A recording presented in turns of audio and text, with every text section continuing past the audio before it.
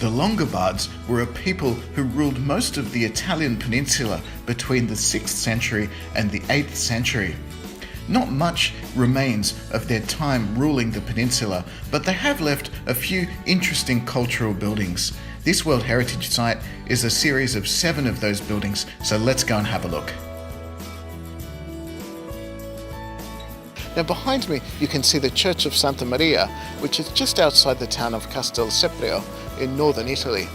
And this church was built, we're not quite sure, but it was built by the Lombards probably in the late 8th century or the early 9th century.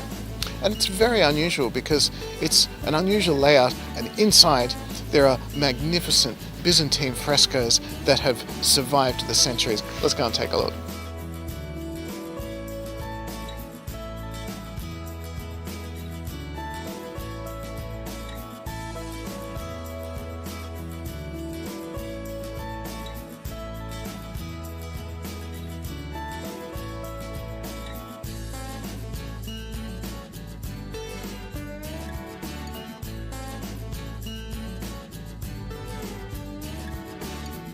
So this is the Basilica of San Salvatore in Brescia, northern Italy, and it dates from around 750 AD.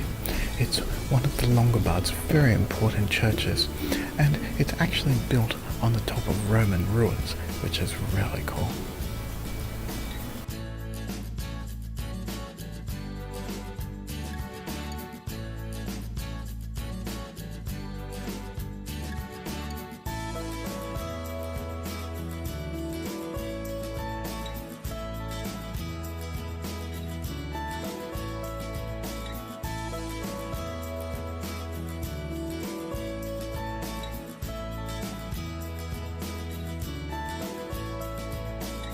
So our next Longobard site is the Basilica of San Salvatore, and it's just outside the town of Spoleto in central Italy.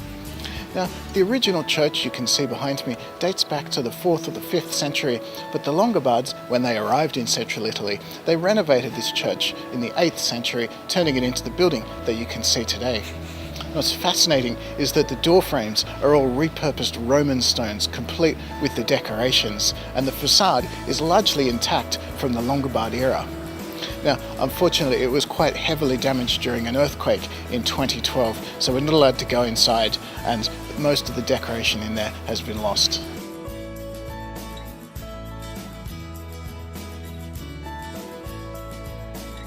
And so this is the last Longobard site we're going to look at, and it's known as the Little Temple of Latona, just near the town of Spoleto. Now, it's really interesting because it's a Christian church, but it's actually designed in the style of a Roman building because it was done to imitate similar Roman buildings that were still in the area when it was constructed in the 8th century. And you can see there's a Latin inscription on the top and a few other cool details as well. Now inside there's some beautiful frescoes too that have survived since the 8th century.